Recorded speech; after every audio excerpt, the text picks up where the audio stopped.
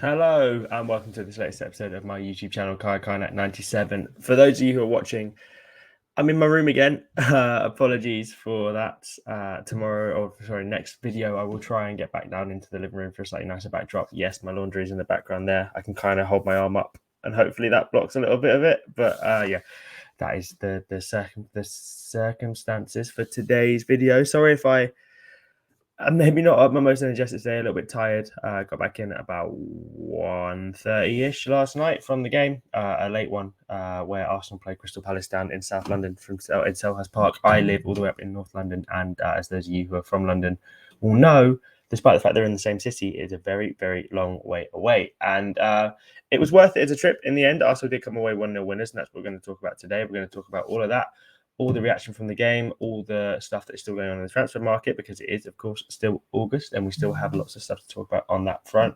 As always, though, I want to say a massive thank you to all of you for liking and subscribing and getting involved in these videos. The channel is doing very, very well. Let me get these stats up so I can tell you about how well we're doing. We are on and a very impressive 3.7 thousand subscribers. Like I say, before the end of the month, I would love to get to 5,000 subscribers before the end of the transfer window. So please do tell your friends, tell your family, tell your enemies, whoever, about this channel, because I'm trying to build it up and it's going really well and I'm really happy with it. But I feel like we can do even better than what we've been doing so far. And that's down to you guys. So please do keep liking, sharing, subscribing. And of course, follow me on all the other social media platforms where you can get a bit more instant updates. I try to bring you these videos as often as possible, after games and before games, reactions, press conferences, all that kind of stuff. But you can also follow me on Twitter at Kaya Kaynak 97. Facebook is Kaya Kaynak Journalist, and then on Instagram it's Kaya Kaynak FL. Same thing on Threads. Right, shall we get straight into the game that happened last night on Monday night? As you can tell, my voice is a bit all over the place. My head's a bit all over the place because I'm still a little tired from last night, but I am going to give you as best the analysis that I can. And let's get started with a look at the lineup. It was an interesting lineup from Mikel Arteta. Oh yeah, by the way, those of you watching may notice I've got a new background. My plan was to try and get that in to cut out the background of behind me, but it hasn't really worked. And apologies for that. But the Emirates Stadium is there behind us. I thought that looked a little bit cooler than just having it black. Anyway, the lineup. So starting in goal, it was interesting to see that Aaron Ramsdale kept his place. David Raya was on the bench for the first time. I think we all expected that, though. I don't think David Raya is going to come in straight away and get the number one spot. It'd be interesting to see when those Carabao Cup games come along, whoever it is that Arsenal end up playing, and Champions League games as well. Will Mikel Arteta choose to throw David Raya in, or is he just a number two? This is something we'll have to find out a little bit later on, but Ramsdale played pretty well on the night. And then it was a continuation of Partey right back, White and Saliba at centre-back. Tomiyasu came in for Yuri Timber at left-back, not Oleg Zinchenko, as some people were maybe expecting. Declan Rice, Kai Havertz, and Martin Odegaard were the midfield three. Saka, Martinelli, and Nketiah up front. So a few interesting things with that team. Obviously, the one that jumped out the most for me when I was looking at it and it came out was Thomas Partey continuing at right back. I have to say I wasn't expecting it, and I don't think it was necessarily to Arsenal's strength in the same way. Objectively, you could say it was the same setup as it was against Forest, but it was slightly different because whereas Forest, people have called it a 3-1-6 or a 3-6-1 or whatever you want to call it. This was a bit more of a 3-2-5, and Declan Rice was playing a little bit deeper. Generally, Thomas Partey stayed a little bit further out right, didn't quite come in field as much as to like the centre circle as he did against Nottingham Forest. So with all that stuff going on, it was interesting to see how Arsenal chose to play their team. Tomiyasu coming in for Yuri Timber. We'll get into what happened to Tomiyasu a little bit later in the game. An interesting choice. I wonder how fit Alex Zinchenko was, given that he was only able to come on for about 5 minutes at the end. And after the match, he was doing shuttle runs with a fitness coach. So I don't think he's fully fit just yet. That does say a lot, I think, about maybe where Kieran Tierney is held in this sort of the pecking order at Arsenal, given that he, again, was left out of the squad. No Folarin Balogun, no Rob Holding, no Albert Sambi Lokonga. I understand there's no injuries there. That is just a case of those guys being left out by a selection. So pretty tough for them. Interesting decisions aside from that. I guess Kai Havertz starting again in midfield in the left 8 role with Eddie Nketiah up front. I thought Eddie did quite well in the game. He got a lot of criticism, but we'll come on to Eddie in a little bit. Apart from that, I think it was a relatively solid, I guess, expected lineup from Mikel Arteta. Once you realise that Thomas Partey was going to play at right back, that centre-back partnership of White and Saliba continued and obviously changed a little as the game went on for reasons we'll get onto. But yeah, my initial reaction was interesting that Thomas Partey is playing right back. I was a little surprised to see it, but Mikel Arteta knows what he's doing. So moving on to how the game started, and it wasn't the quickest start in the world from Arsenal. The first half was, well, they had the better chances, and Palace barely got forward. They were in control of the game for large portions. They held possession really well. Eddie had a couple of chances. Eddie Nketiah there, you can see in the picture for those of you watching, had a couple of chances. Probably should have scored the second one. The first one, when he hit the post, was quite difficult. He opened his body up really well, took it around Sam Johnson. Johnson actually did really well to narrow the angle, and Eddie's unlucky that it comes out off the inside of the post. Beyond that, I think maybe Eddie should have scored a second one where he's played through, I think it's by Thomas Partey, and he's in and he tries to dink it from inside the 6-yard box instead of just getting it into the roof of the net. Listen, we love Eddie for his ability to finish off these chances, and his record when starting goal-scoring wise is pretty impressive, but that was disappointing to see him not score there. However, I do think he played really well. Aside from that, I thought his link-up play was really good. I think he held the ball up pretty well. I thought he brought other players into play quite nicely, and I thought he was a really good foil for the rest of the Arsenal attack. I think he did a good job in sort of replicating what it is that Gabriel Jesus does when he is in the team. Obviously, as the second half progressed, Arsenal got a penalty relatively early on in the second period. A quick bit of thinking by Gabriel Martinelli, plays through Eddie Nketiah from a free kick. Eddie takes it round Sam Johnson, and Johnson is a bit too late and fouls him. Clear penalty, in my opinion. I know Roy Hodgson afterwards was arguing that maybe there was a block in the build-up to it. I have to say, I think that would have been harsh if that had gone against Arsenal. I'm so sorry.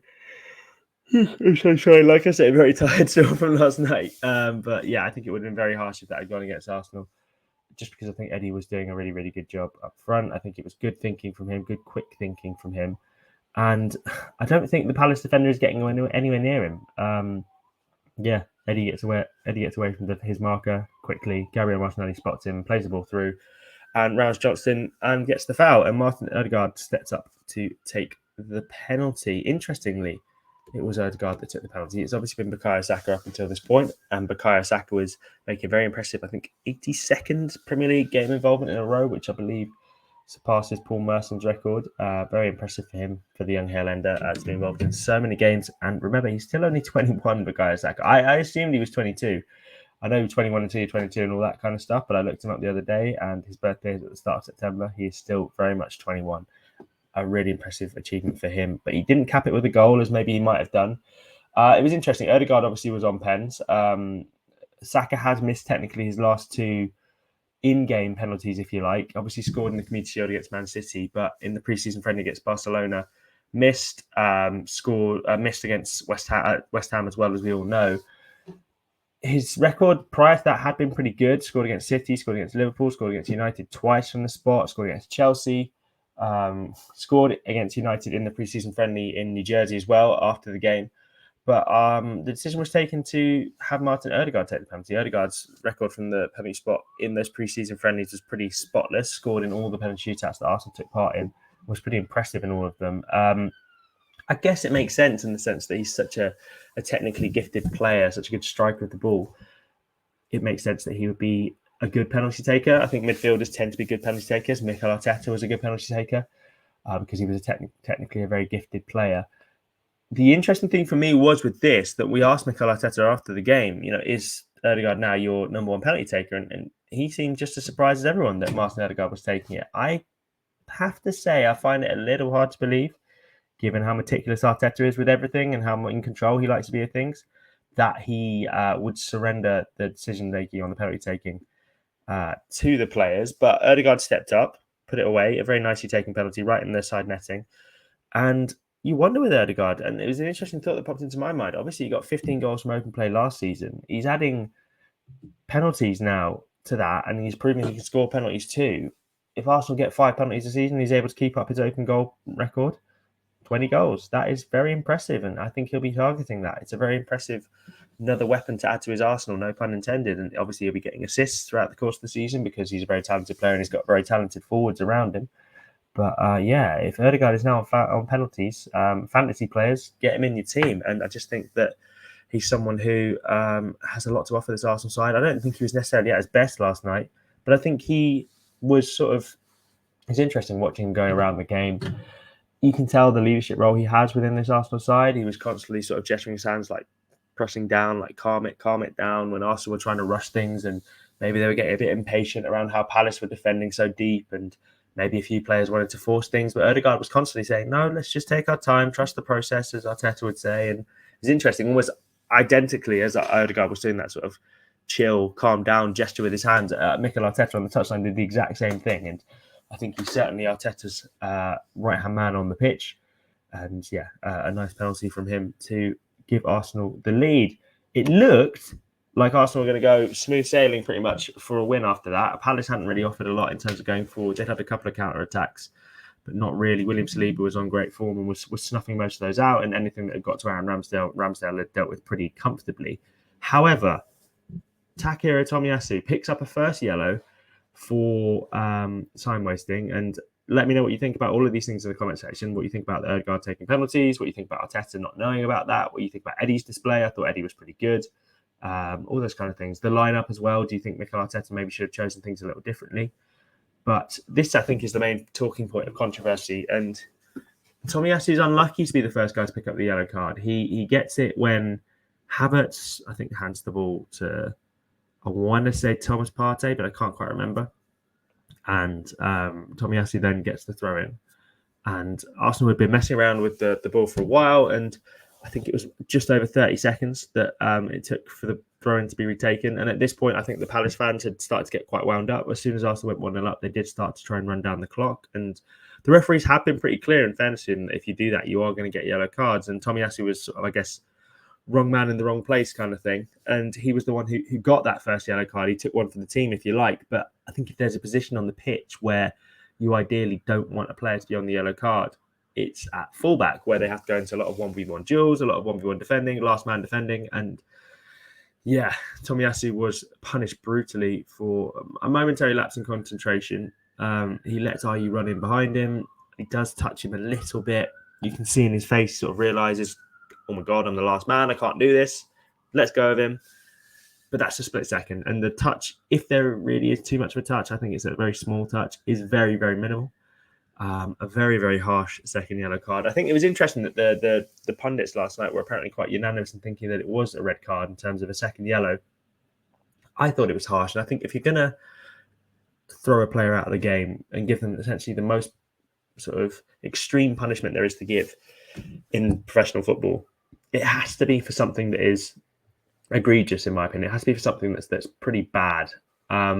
If Tomiyasu had tugged Ayew's shirt and Ayew was away, in fairness to Ayew, he was, the Arsenal defence were right on the halfway line, and if he got away, he might have been in on goal. But I don't think Tomiyasu necessarily stopped him. I think Ayew just sort of lost his balance and threw himself to the ground, and then the Palace players sort of realised who it was that had committed the foul, and the fans realised who it was that committed the foul and jumped on it a bit. And I think referee David Coote was probably swayed a little bit because it didn't initially look like he was going to give it. It took a very long time to give that second yellow, and Tomiyasu was given his marching orders, but I just think it was a little bit harsh. I just think that I'm so sorry. I don't think he needed to be sent off there. I think it was a very difficult decision. Not a difficult decision, sorry, a very poor decision. And I think Tomiyasu could easily have continued. And the harsh thing is now that Arsenal can't appeal that because it's a second yellow. VAR can't intervene on second yellows. Arteta wouldn't really talk about that after the game. His response was, I don't even want to talk about it because it's so obvious, which to me suggests that he doesn't think it should have been a red card. But Arsenal then went on to defend and almost immediately introduced this man, Gabriel Magalhaes, straight into the team. And now, of course, the big talking point before the game was Gabriel's not in the side. He's got loads of interest in Saudi. And I have to say, so I've heard a few whispers of these Saudi links. And personally, the reason I'm not gone big on reporting them is because I just can't see a world in which Arsenal sell. I can't see a world in which Arsenal would want to get rid of Gabriel Magalhaes. I think if they do so, they have to go out and get someone. So let's say, I don't know, the Saudis spend 50 million on Gabriel. You then have to go out and spend at least that to get a replacement for him. And do let me know what you think about this in the comment section if you think maybe Arsenal should let Gabriel go. I don't know. Maybe there are some people who do. But to replace a player of Gabriel's quality, who for me is really underrated. I know he makes mistakes every now and again, but I think he's a very, very good player. I think he's defensively switched on for the most part. He's very physical, very quick, very good in the air, a proper defender's defender. And Arsenal don't have I think another one like him, if you look at the rest of their defenders, they're obviously Gabriel's decent on the ball, but they're more, I guess, what you call modern day defenders, where I think Gabriel's a bit more old school. I think Gabriel would have been comfortably at home in that back four from the 90s and the early noughties, the Dixon, Keown, Adams, Bold, Winterburn, that back four. If Gabriel was in that, I don't think he would have been out of place, which I guess shows how good a player he is, that he's also able to succeed in this current team. I thought it was interesting that he keeps getting left out. So we asked Arteta about this after the game, and we said, does the Saudi interest affect your decision? And Arteta goes, no, not at all. It's all about the games we were expecting and what I was expecting and how we wanted to defend and attack, and our belief that it was the best thing. He's played in both games, so he obviously played against Nottingham Forest and came off the bench when Arsenal needed to see that one out. He was, and for different reasons. He was really good today. He absolutely dominated the box. He's going to play a lot of games. That's the decision sometimes. And Arteta was then pressed on any interest in taking an offer from Saudi Arabia for Gabriel, and simply shook his head. No, he almost seemed sort of offended by the question, if you like, the gall to ask the question, but the question did have to be asked. So, I think Gabriel was really good off the bench. I think he did a great job, helped Arsenal see out the game, and great in the air, great on the ball. I think he's the kind of defender who just loves defending, and in those situations, there aren't too many like him. Maybe you could argue Rob Holding would be an option for Arsenal in that sort of situation when they need to defend the 6-yard box, but Gabriel's such a leader. Palace fans are even making fun of him for how he's sort of going around high-fiving every single player when he made interceptions and was able to clear the ball, or balls went out for goal kicks. He was so pumped and so focused and so ready to get 3 points, and I think that's why Arteta loves him. He's such a leader, and he was given captain's armband after Martin Odegaard was taken off for the last few minutes, and he lived up to it. And I think Arsenal would be mad to let him go. Maybe you disagree. I personally think it would be crazy. And like I say, the reason I haven't gone too big on these reports, because it's always been my understanding that Arsenal have no interest in selling. And I didn't know there was that much a big story there. But that's the decision that Arsenal have taken. And the Arteta's confirmed what I need to be the stance, that they have no interest in selling Gabriel. And it seems as though he will be staying. You wonder if he'll be back in the side against Fulham next week. Obviously scored the winning goal in that sort of reverse fixture last season. It was the Gabriel day, if you like, where he made an error, let Mitrovic in. Then Arsenal came back and won 2-1 that game. Gabriel scoring the winner. And I think maybe we'll see Gabriel back in the side, but Arteta continues to shock us with these team news, these team selections. So who knows? Another player I wanted to bring highlight to before I start to get into transfers, because I know you guys love that, is Declan Rice. So I asked Declan Rice, sorry, my face is in the way there for those of you watching. I asked Mikel Arteta, last night, did we see why you wanted to spend so much money on Declan Rice? And he seemed to like that question, and he said, so hopefully we saw it a little bit. If you want to see the clip of the question, it's on my Twitter. And then hopefully we saw a little bit. I think he was great. He was bossing the midfield. I think he dominated the game. He was very influential, both attacking and defending. Today he played in a different position than last week because of what we expected from Palace and what we needed. And I think he was really good. And it's interesting to hear Declan talking to Sky Sports after the game about the different positions that Arteta's got him playing, and the different ways that Arteta is setting his team up. So obviously last year it was very much, this is the way Arsenal play, and they're not going to really deviate from that. Whereas last week against Nottingham Forest is a bit more of a diamond, is what Declan said, where Rice was playing on the left-hand side of it. This time he was playing as a lone pivot with Partey sort of tucking in a bit, and I thought he was superb. I thought on the ball he was excellent. The way he was switching play, superb.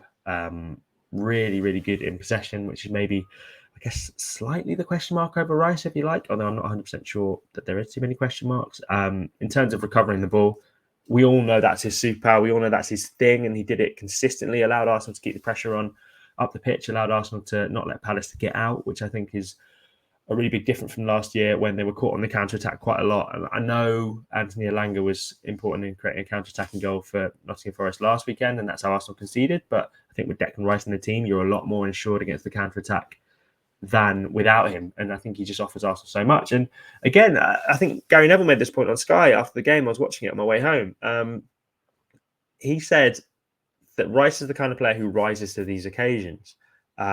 So you could argue in the past that, and I don't think Arsenal actually really caved too much last season. I think their record when scoring first is a very impressive sort of 32 games won and 4 games drawn since for a while now. So that's a very impressive record. But I think in these sort of back to the wall moments, that's when you see a character like Declan Rice really rise to it. And he's someone who doesn't wilt under the pressure. Didn't last night. I don't think he will throughout the course of the season. I think he understands why he's come to Arsenal and what he wants to do, and the leadership role he already has in this team is massive. You can see it on the pitch. He's already bossing people around, loves it. And Mikel Arteta, I think, loves him. And I think the Arsenal fans love him very much. Let me know in the comments how much you love Declan Rice as well. So yeah, I wanted to talk about Declan because I thought he was very impressive. I guess we should probably touch on is transfers, because I know you guys absolutely love transfers, and it is the time of the year for that. So what's going on in the transfer world? Flo Balogun was left out of the team again last night. No surprises there. Wasn't expecting to be involved, as I said in my pre-match video, which you can go back and watch. So he is now attracting interest from Fulham. West Ham are interested. It seems as though Chelsea are interested, and I've seen reports today in the Evening Standard from the very reliable Nazar Kinsella and Simon Collins suggesting that Balogun would be open to that Chelsea move. I have to say I'd be surprised if Arsenal sold to Chelsea, because you're strengthening a rival, and they've been unwilling to do that in the past. I think if they were to sell to a Premier League team, they would probably go for Fulham or West Ham more likely, or another team in and around it. I think that this is exactly what Arsenal wanted from this stage of the transfer window. They wanted a bidding war. And don't forget that Monaco are still interested. I don't know if Inter are able to match the price tag that has been set by the Premier League teams and Monaco as well. And if those guys can get involved and start bidding high prices, then there's nothing Inter can really do to match that, I don't think. So it's interesting when it comes to that. Where will Balogun end up? I think a Premier League move would be really good for him. I think if Arsenal can get around 40 odd million for him and maybe look at some sort of buyback clause or a sell-on fee, then you're talking a really, really good piece of business, I think, from Arsenal. This is exactly what they wanted. As I said, they were hoping for a bidding war right from the start of the window, and it does seem as though that's starting to materialise now with the number of teams that are interested in him. He does seem like a very sort of Todd Bowley era Chelsea signing, in the sense that he's young, he's got good potential, done well on the continent last season. I just don't see Arsenal selling to him. I've spoken to some people around sort of Spurs as well who have told me that it seems unlikely that Arsenal would be able to sign a Spurs player. So yeah, that is what's going on there. The latest that I know, at least, and it'll be obviously 10 more days of the transfer window left. So we'll see what happens on that front. I'm expecting a very busy set of days for Flo Balogun, and he will decide. He's in full training with Arsenal. He's not sort of training on his own or anything, but I think his future will be decided in the next couple of days when it comes to that, and where he will end up. And I think Arsenal are braced for bids from a number of Premier League teams and Monaco as well. So we'll see what happens on that front. Nuno Tavares, Aston Villa are interested. Nottingham Forest were interested and were willing to, reportedly, according to some very good sources, pay up to 30 million. I hadn't heard about the 30 million fee myself, but I had heard that Nottingham Forest were interested. Villa reportedly want him on loan. He's only got 2 years left in his contract. I don't see how that really works for Arsenal. So I think they would want to sell if they can. West Ham have also shown interest. And of course, there's the two teams in Germany, Wolfsburg and Werder Bremen, who are interested. But I don't think those two would be able to pay the £30 million that reportedly Nottingham Forest are interested in paying. Who else? Kieran Tierney, not involved in the squad again last night. Nothing new on that front in terms of interest that I'm aware of. Real Sociedad remain keen. Newcastle obviously officially signed Lewis Hall today on loan with a view to buy, which is the kind of deal they were hoping to potentially get Kieran Tierney on. So I can't see them being in for him anymore. And obviously Lewis Hall's only an 18-year-old player, young prospect. That maybe rules out Kieran Tierney going to Newcastle in future windows as well. So we'll see what happens on that front. What else? Albert Sambi Lokonga reports today that Brighton are interested in him. I think if Arsenal can get him to Brighton, that'd be a really good piece of business for them. The initial reports are that they want a loan deal. I have to say, from an Arsenal perspective, when you know how flush for cash Brighton are, maybe you want a little bit more than that. If you're sending him out on loan, you may be looking for an obligation to buy. Obviously, when Brighton are interested in players, it's because they're pretty good. And I think if he were to go to Brighton, he'd do pretty well under Roberto De Zerbi and hopefully get a decent amount of game time. He'd be competing with Billy Gilmore, Mahmoud Dahoud, Pascal Gross in those deep line midfield positions as well. And obviously, it would be good for him. He'd be playing Europa League football, Premier League football, hopefully get a bit more of a smile back on his face, a bit more of that confidence back that we saw when he was first playing for Arsenal. I think it'd be a good move for him. Just from an Arsenal perspective, they need to start thinking about whether they can get a bit of money in for Sambi Lokonga. He's got 3 years left in his deal, so he's someone who they could be a bit more open to loaning with a view to buy. But we'll see what happens there. Nothing new on Nicola Pepe as well. as far as I'm aware. Besiktas still interested. He's back at training in London Colney, so that's, I guess, is new. But beyond that, that is about it. I'm trying to think of other players who could leave. Cedric, still attracting interest from Porto, Sporting Lisbon, Benfica, Villarreal. No bids in yet. So we're waiting on that front. His camp are waiting as well. Nothing new there. I will think if there's anyone else I need to give you some updates on. Arthur Conco can leave permanently. I'm hoping I've mentioned them all. Rob Holding wasn't in the squad last night, but nothing new on that front that I'm aware of. And when it comes to interest from him, Aston Villa were reportedly interested before, but like I say, nothing permanent or concrete on that front. In terms of incomings, I still think it's unlikely that Arsenal bring anyone in. I have to say at this stage, I think maybe they start to look at what they've got. They maybe reassess once they can get a few players out the door and they start to think, oh, we can sell this guy, we can sell that guy. Then we need to buy this guy, we need to buy that guy. But they have players who they've got their eye on. But for now, I just think Arsenal will be focusing on what they've got and the options they have, which are plenty because Mikel Arteta keeps surprising us with his team lineups. Right, I will start to wrap things up there because we've been going for nearly half an hour. Thank you so much, everyone, for joining me. Apologies for being so tired throughout this video. I will definitely be much more bright and sprightly for the next one, which I'm planning to bring to you after Mikel Arteta's press conference ahead of Fulham, which I believe is going to be on Friday. So keep an eye out for a video on Friday. If anything happens in between that's massive, I will, of course, jump back on to let you guys know the latest when it comes to Arsenal. But I hope you've enjoyed the video. Please do keep giving me your feedback in the comment section. Please keep liking, subscribing, telling everyone you know about these videos because it really means a lot to me. And as I always say, you can follow me on Twitter at Kaya Kaynak97, Facebook it's Kaya Kaynak Journalist, Instagram and Threads are both Kaya Kaynak FL. So thank you very much, guys. Hopefully we'll be back very soon with another video. My plan, as I say, is to bring you one on Friday. But if I don't see you before then, hopefully have a lovely week and fingers crossed some good news for Arsenal. Right, until then, I'll speak to you all very soon. Cheers, guys. Bye-bye.